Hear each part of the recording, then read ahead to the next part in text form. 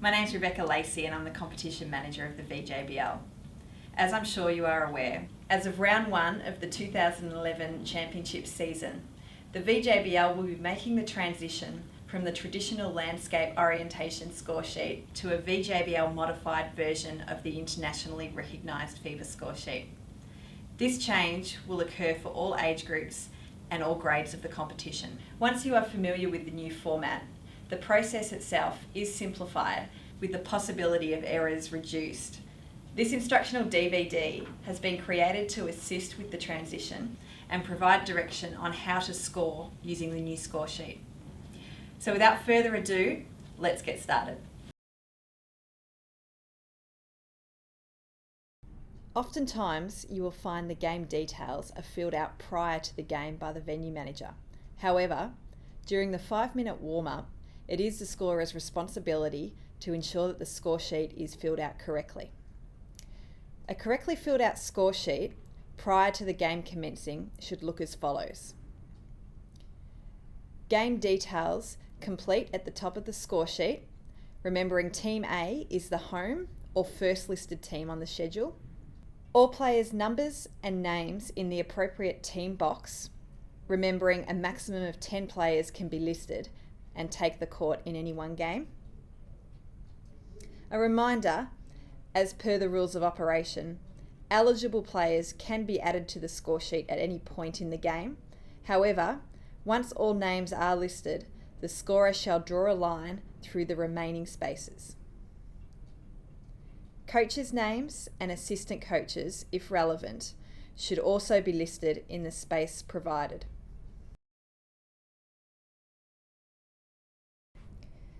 At the beginning of the game, right before tip-off, the scorer shall draw a small X enclosed within a circle, denoting the starting 5 for each team. Once this information is completed, the game may commence.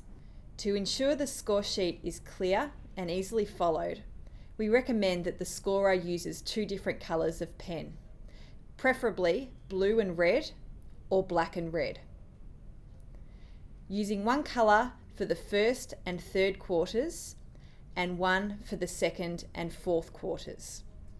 For games played in halves, then a different colour should be used for each half.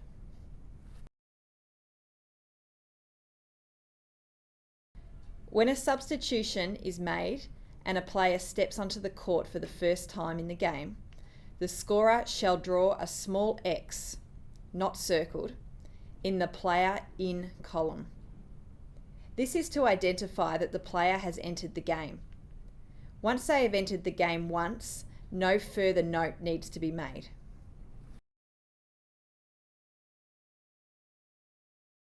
When a referee grants a timeout, the timeout shall be recorded on the score sheet by entering the minute of the playing time of the period or extra period in the appropriate boxes below the team's name. For example, if the game clock had wound down to 7 minutes and 45 seconds and the referee grants a timeout, then the number 7 will be recorded in the box. Please note, at senior and international levels, this is recorded slightly differently. However, for VJBL purposes, we will record the time as minutes remaining in the period. It is important to remember that timeouts are an ideal time to double check the running score and foul count with the other scorers and to identify any potential irregularities. Leaving errors until the halftime break can make it very difficult to identify the error and make the appropriate corrections. Player fouls may be classified as personal fouls, technical fouls, unsportsmanlike fouls, or disqualifying fouls. All player fouls are to be recorded against the player. Coach and bench fouls are classified as technical or disqualifying fouls and shall be recorded against the head coach. All fouls shall be recorded as follows. A personal foul shall be indicated by entering the letter P.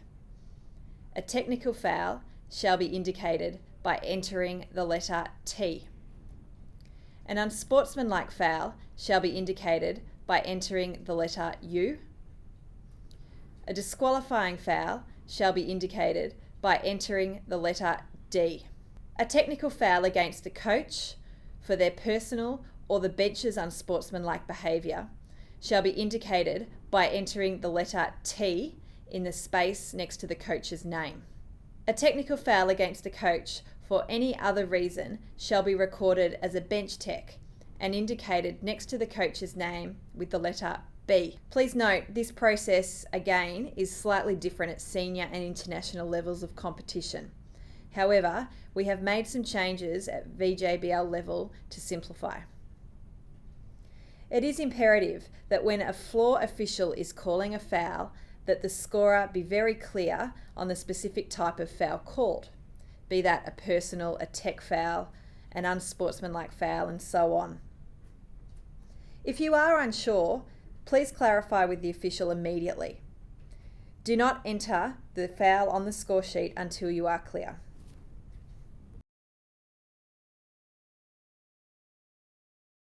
For each period, spaces are provided on the score sheet whereby you enter the foul against the team. This space is located immediately below the team's name and above the players' names.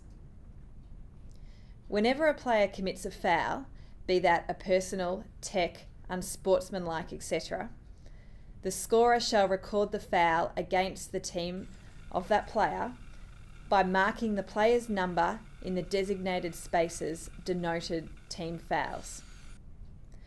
Please note, any fouls incurred by the coach or bench does not go against the team total. You will notice that there is only enough spaces to record 4 fouls each quarter, or for games played in halves, 8 fouls each half. This is due to the fact that any foul beyond that point puts the opposition team in the bonus, and any additional foul beyond that point is not recorded against the team. The scorer shall keep a chronological running summary of the points scored by each team. Each column is divided into 4 columns. The 2 on the left are for Team A, and the 2 on the right are for Team B. The centre columns are for the running score for each team.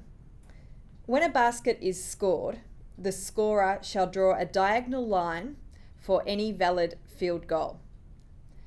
This line is to be drawn over the total number of points as accumulated by the team that has just scored. This will form a zigzag pattern down the column. If a free throw is made, then this is recorded by a filled-in circle over the number.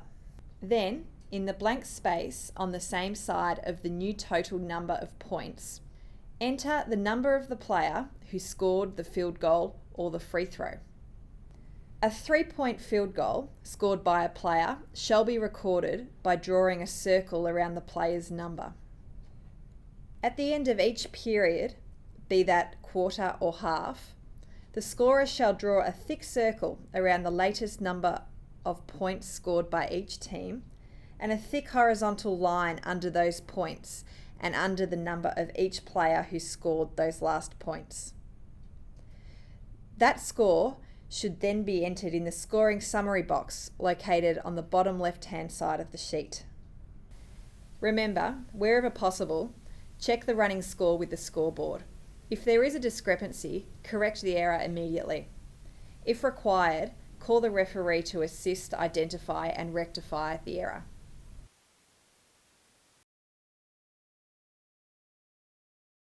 A common problem that occurs at all levels of basketball is a score sheet error whilst maintaining the running score. If an error does occur, it is important that the following procedures are followed. If the error occurs during the game, the scorer must notify the officials at the next dead ball opportunity as soon as the error is detected. If the error is discovered at the end of the game, but before the score sheet is signed off by the officials, the error shall be corrected by the referee. If the error is not discovered until after the signing of the score sheet, the error can no longer be corrected by the officials.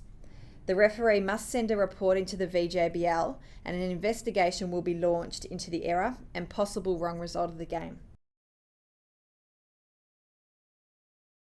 This should generally be done only 1 or 2 plays back and will usually be a mistake in addition.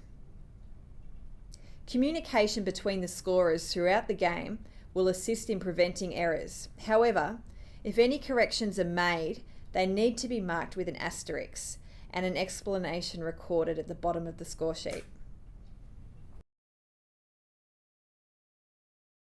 At the end of the game, the scorer shall draw 2 thick horizontal lines under the final number of points scored by each team and the numbers of players who scored those last points. The scorer is also to draw a diagonal line to the bottom of the column in order to cancel out the remaining numbers or running score for each team. At the end of the period, the scorer shall enter the score of that period in the score summary section in the lower left-hand box on the score sheet. They will also enter the winning team and final score in the box at the right-hand bottom of the score sheet. Once complete, the scorers are to sign off in the area noted for each scorer. Once the scorer has completed filling out the scoring summary, the score sheet is then passed to the referees for them to check and sign off.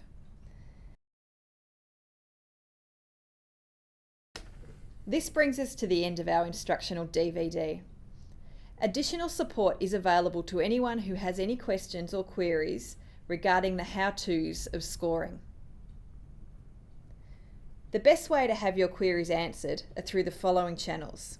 Contact the score table convener at your association. Contact the Score Table Association.